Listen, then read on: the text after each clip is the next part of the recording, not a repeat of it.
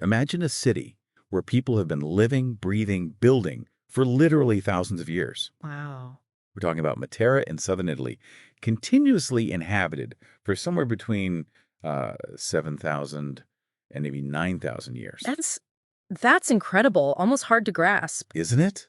I mean, people were calling that place home before recorded history as we know it even began. It's mind-boggling. It truly grounds you, doesn't it, to think of that unbroken thread of human existence in one single spot. Absolutely. And that deep sense of history, that feeling of connecting with millennia past, well, that's a huge part of what makes southern Italy so captivating. Hmm. So today on the deep dive, based on your request to really understand the magic of this region, we're taking a journey down the Italian peninsula. You wanted to know what draws travelers seeking, beauty, history, and those truly unique cultural experiences. And you've pulled together a fantastic set of resources for us. We've got these vibrant travel vlogs that really bring these must-see towns to life visually. And alongside that, a really insightful blog post that gives us the broader picture, the regional characteristics, the traditions. It's a great mix. Exactly.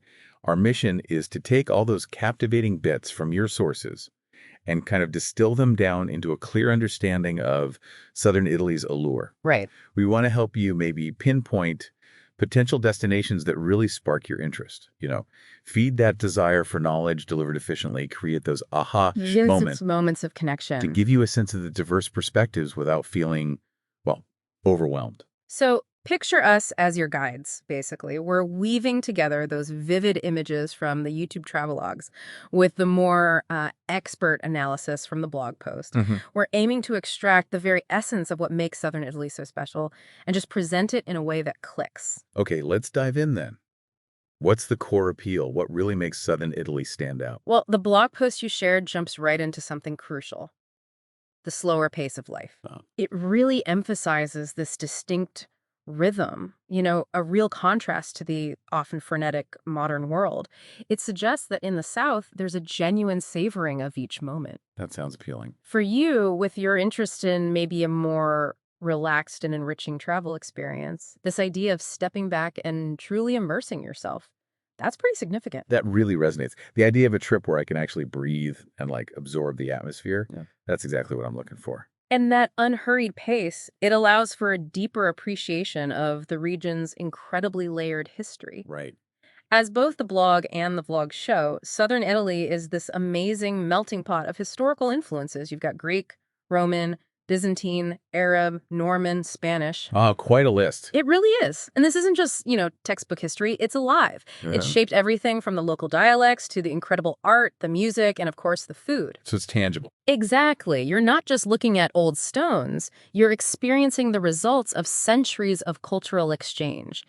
Even a simple dish might have roots stretching back through different eras. It's like walking through a living museum where every corner has a story. Precisely. And building on that richness, the traditions and culture video brings up this fascinating concept: campanilismo. Okay, campanile. Let's break that down. What exactly is that? Well, it comes from campanile, which is Italian for bell tower, right? Okay. So essentially, it refers to this really strong local pride and a depth sense of trust that's focused on one's immediate community, the area within earshot of the town's bell tower, traditionally. I see. The video explains that historically and even today, people might put more trust and loyalty within their own town or region, sticking closely to local customs with this profound sense of identity. So intense, hyper-local feeling of belonging. Exactly that. Think of the pride you feel for your hometown, just amplified historically. And this powerful local identity, fueled by campanilismo, is a key reason why you find such distinct regional vibes and traditions across southern Italy. Right. It's not just one Italian South. Each area really has its own unique character. That totally clarifies why the sources highlight such different experiences from place to place. Yeah. Okay, let's get into some specifics. Starting with Puglia, the heel of Italy, as one vlogger called it. Ah, Puglia. Yeah, it seems to offer a bit of everything, doesn't it? The Go Gibgo vlog paints this picture of crystal clear turquoise waters, rocky cliffs, sandy beaches. The classic Mediterranean dream. Pretty much. But just as appealing are all the charming small towns and cities. They're just packed with incredible architecture, art, history, and naturally amazing food. And Alberto Bello seems like a real icon of Puglia. Those unique Trulli houses are just so distinctive, aren't they? Oh, absolutely. Oh, They feature heavily in several sources. Dylan's travels, multi-city trips, adventure countdowns, Go Gib Go. Everyone wow. talks about the Trillia. These whitewashed stone huts with the pointy roofs. Exactly, those conical roofs. Dylan's travels mentions they were originally built way back in the 14th century, sort of as temporary homes for herders. Fascinating origin. And now a UNESCO site. It's quite something, yeah. How these simple structures became such a major draw. I can just picture wandering those streets. Yeah. It looks almost like a fairy tale. Eh, And Multi-City Trips even says you can stay in one. Apparently so. That would be a pretty unique experience, wouldn't it? Definitely memorable. And Dylan's Travels points out those strange symbols painted on the roofs too, adding another layer of mystery. Intriguing. Okay, moving along the coast. Polignano a Mare. The pictures look stunning, perched right on the cliffs. They really are breathtaking. Dylan's Travels explains the name is actually linked to all the sea caves along the coast. Oh, right. Yeah, apparently you could explore them by boat or even swim into some. And Go Gib Go highlights that famous beach, Lama Manakile. The one tucked between the rocks. That's the one. Like a natural swimming pool, incredible water, though apparently it gets pretty dizzy. I can imagine. And for the adventurous types, Gogibgo mentioned cliff diving there too. Yeah, adds a bit of a thrill, doesn't it? Definitely not your average beach activity. For sure. And several sources recommend a boat tour to see those caves from the water. Seems like a must-do. Good tip. Plus, culturally, Polignano a Mare is significant too. It's the birthplace of Domenico Modugno, who sang Volare. Oh, wow. I didn't know that. Yeah. And Adventure Countdowns even mentions dining in some of those sea caves. Dining in a cave. Okay, that's going on the wish list. Right. Sounds incredible. Maybe a bit pricey, though. Probably. Okay, heading inland a bit. Yeah.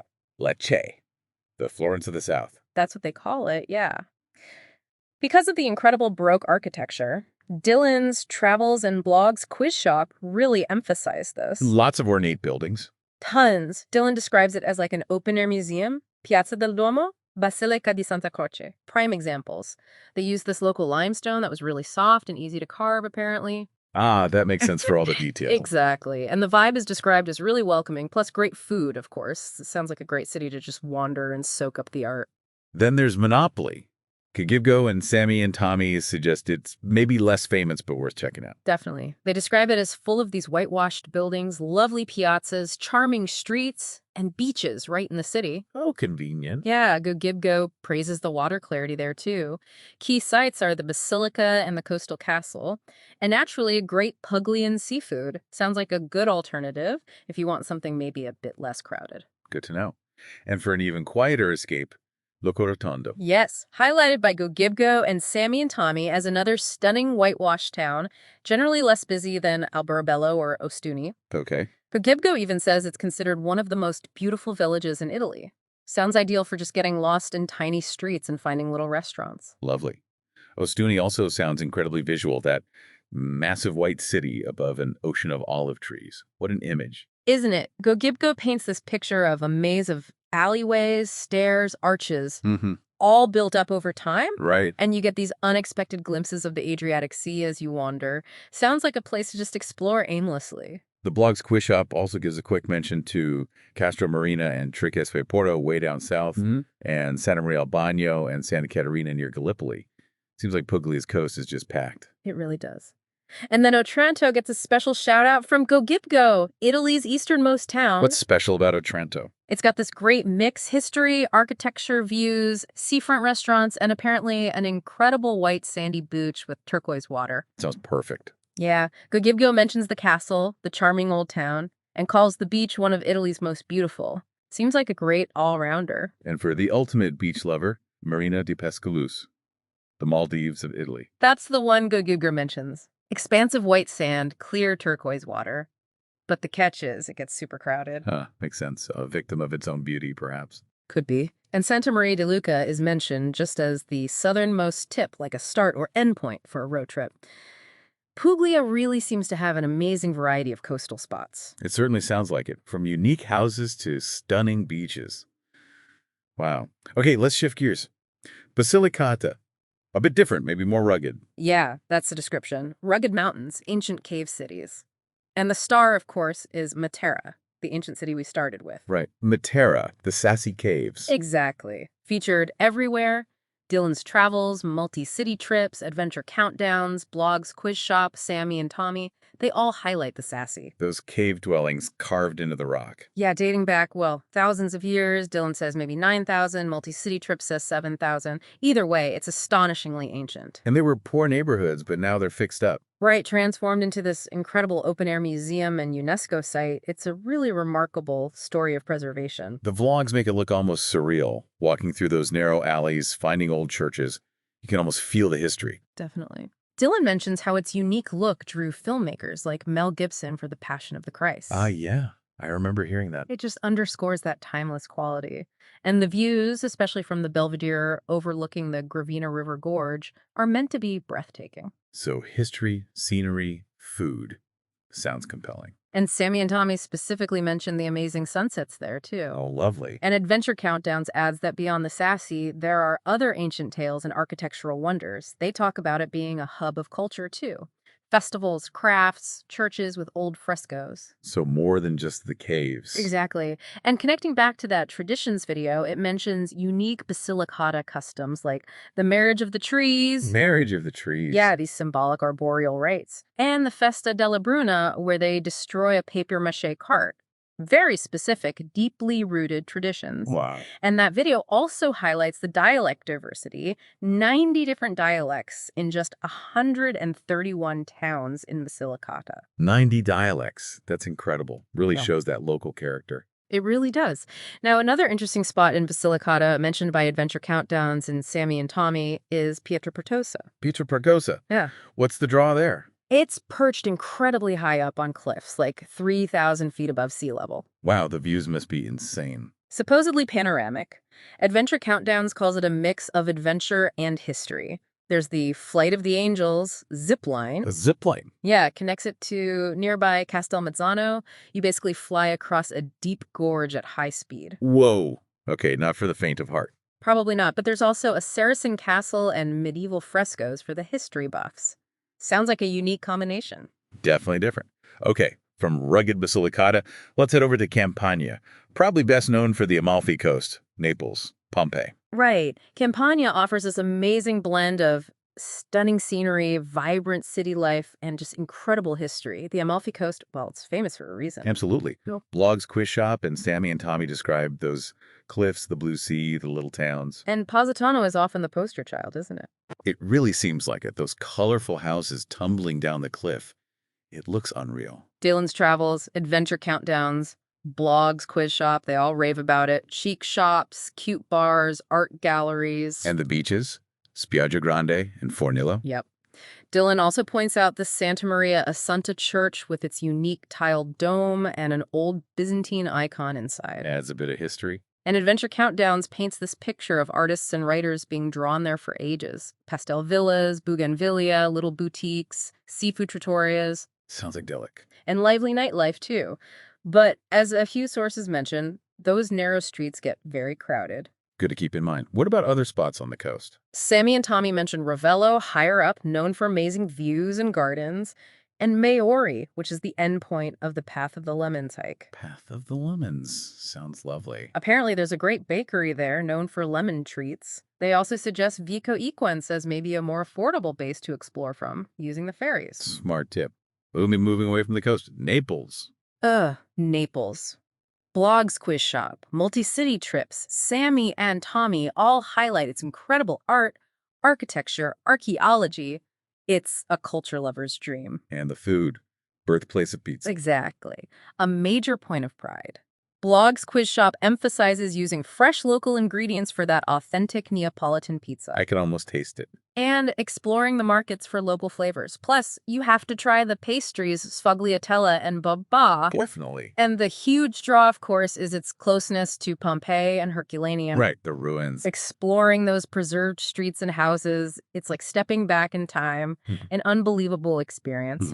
Multi-city trips also captures Naples' energy, vibrant, maybe a bit chaotic, Great coffee, active shopping, even quirky spots like a doll hospital. A doll hospital, okay. Yeah, plus the archaeological museum and the underground city tunnels are major highlights. Sounds like a city with a lot going on. And Sorrento, is that considered Amalfi Coast? Sort of overlaps. Dylan's Travels describes it beautifully charmed, natural beauty, surrounded by lemon groves, views of Vesuvius. Classic Italy. Yeah, pastel buildings, narrow streets with shops and cafes. And it's famous for limoncello, of course, made with those local lemons. Campania sounds incredibly diverse. Coastline, city, history, Mm. amazing. Now let's cross over to Sicily, the big island. Sicily, yeah. Largest in the Med. And it has this really unique cultural blend, as Blog's quiz shop mentions Norman, Arab, Byzantine influences. A real mix. Absolutely, you see in the street life, the ornate carts, the puppet theater. It's fascinating. Taormina seems like a must-see there. Dylan's Travels, Adventure Countdowns, Sammy and Tommy all recommend it. Definitely a highlight. Stunning views, that incredible ancient Greek theater, and proximity to Mount Etna. To Greek theater. Yeah. That dates way back, right? 3rd century BC, according to Dylan and Adventure Countdowns. Imagine seeing a show there with Etna in the background. Incredible. And the main street, Corso Umberto, is apparently full of shops, restaurants, bars. Adventure Countdowns also notes it's quite luxurious now, with boutiques and gourmet places. And Mount Etna itself. Europe's most active volcano. Dylan and Sammy and Tommy mention the impressive scenery and the excursions you can take up the volcano. Must be quite an experience. Sammy and Tommy's description of their guided tour really brought it to life. Then there's Syracuse, specifically Ortigia, its historic heart. What's Ortigia like? Sammy and Tommy describe ancient ruins, Baroque buildings, lively squares, a nice market with fresh seafood, charming streets along the waterfront. Sounds lovely for wandering. And Agrigento? The Valley of the Temples. Yeah, Blog's quiz shop and Sammy and Tommy both say it's a must. Incredible Greek temples from around 400 BC. Just amazing history. It really is. Dylan's Travels also highlights Arres, a medieval town way up on a mountain in the west. High up, so good views. Apparently amazing land and sea views, traditional style, a castle, Gothic church, and known for almond sweets. Almond sweets. Then Cephala on the north coast. Adventure Countdowns calls it a mosaic of history, culture, natural beauty, golden beaches, Greek origins, medieval town center, a big cathedral. Sounds like it has a lot. Seems like it. And for even higher views, Castelmola, perched above Taormina. Above Taormina. Yeah, offering these unparalleled vistas of the sea and Etna, supposedly calmer than Taormina. Historic fortress, panoramic square, and known for almond wine. Almond wine, interesting. And Palermo, the capital. Multi-City Trips mentions the archaeological museum there and the slightly macabre Capuchin Abbey with the preserved monks. Oh, right. I've heard of that. Sammy and Tommy describe it as vibrant history, culture, amazing food, bustling markets, great street food. Sicily really sounds like a world of its own. It truly does. Okay, last region on our list, Calabria, the toe of the boot. Calabria, yeah. Known for its rugged mountains and dramatic coastline, maybe a bit less traveled than other areas. Tropea seems to be the star attraction there. Definitely the coastal jewel, according to Dylan. Adventure Countdowns and multi-city trips. Perched on cliffs overlooking the Tyrrhenian Sea. Jewel of Calabria, Dylan called it. Right. Blend of history, nature, food, sun-kissed beaches, blue water, that famous rock, Isola Bella. And it's known for its sweet red onions. Sweet red onions. Okay. Apparently they're special. Adventure Countdowns mentions charming streets, markets, great sunset views. Multi-city trips emphasizes miles of pristine beaches. Sounds lovely. What about Scylla? Adventure Countdowns describes it as where myth and reality meet. Legends of sea monsters. Oh, cool. Yeah. Lively fishing district called Kianalea with colorful houses. Rufo Castle with great views. Nice beaches. Sounds quite atmospheric, especially in the evening. And multi-city trips also mention Catanzaro. Yeah, beaches, architecture, botanical gardens, a big bridge. And Barletta, an old town with a long history and a castle. And Bestorm. Noted for its Greek archaeological sites built around 600 BC. So Calabria also has its share of history and beauty, perhaps just a bit more off the beaten path. It's truly incredible how much variety there is just within southern Italy. Okay, stepping back from specific places, what about those unique cultural elements that tie it all together? Well, the blog post and the traditions video both really stressed the importance of festivals and religious processions. They happen everywhere and are a huge part of community life. Right, those vibrant celebrations. And the food. We touched on it, but each region really has its own specialties. Orecchiette in Puglia, Induja in Calabria, arancini in Sicily, pizza in Campania, Lucanian sausage in Basilicata. My mouth is watering just hearing that list. Mine too. Yeah. The traditions video even mentions specific things like crispy pepperoni crisci and caciocavallo podolico cheese in Basilicata. It's a food lover's absolute paradise. Definitely. And these food traditions are so tied to local history and identity. Plus, as we discussed, those diverse dialects are another key cultural marker. Especially in Basilicata, yeah. The sources also underscore that strong sense of family and community. It seems really central to life there, along with food and faith. And traditional music and dance, like the tarantella, are mentioned as being really integral to celebrations. So it's these cultural threads, tradition, community, food, faith, music, that really create the unique character of the South. Exactly. Ancient traditions are cherished, community bonds are strong. It's quite compelling. So if someone's feeling inspired now, ready to plan a trip, any practical tips from the sources? Well, the blog's quiz shop suggests September could be a great time to go. Pleasant weather, fewer crowds than peak summer. That sounds ideal. What about getting around? Renting a car gives you freedom, definitely. But as Blog's Quiz Shop and Sammy and Tommy warn, be ready for narrow streets, especially in older towns like Positano. Right, need confidence behind the wheel. Maybe a smaller car is wise. And know the difference between the faster autostrade, motorways often told, and the local strade statali. Good tip. What should people pack? Blog's Quiz Shop advises light clothing for warm weather, definitely comfortable walking shoes, you'll need them for cobblestones. Crucial. Sandals for the beach, maybe a light jacket for evenings, driver's license if renting a car, and absolutely a camera. Okay, makes sense. So wrapping up our deep dive, Southern Italy just sounds like this incredible mix. Breathtaking landscapes, coasts, mountains, woven with this incredibly deep history, vibrant culture, and, wow, the food.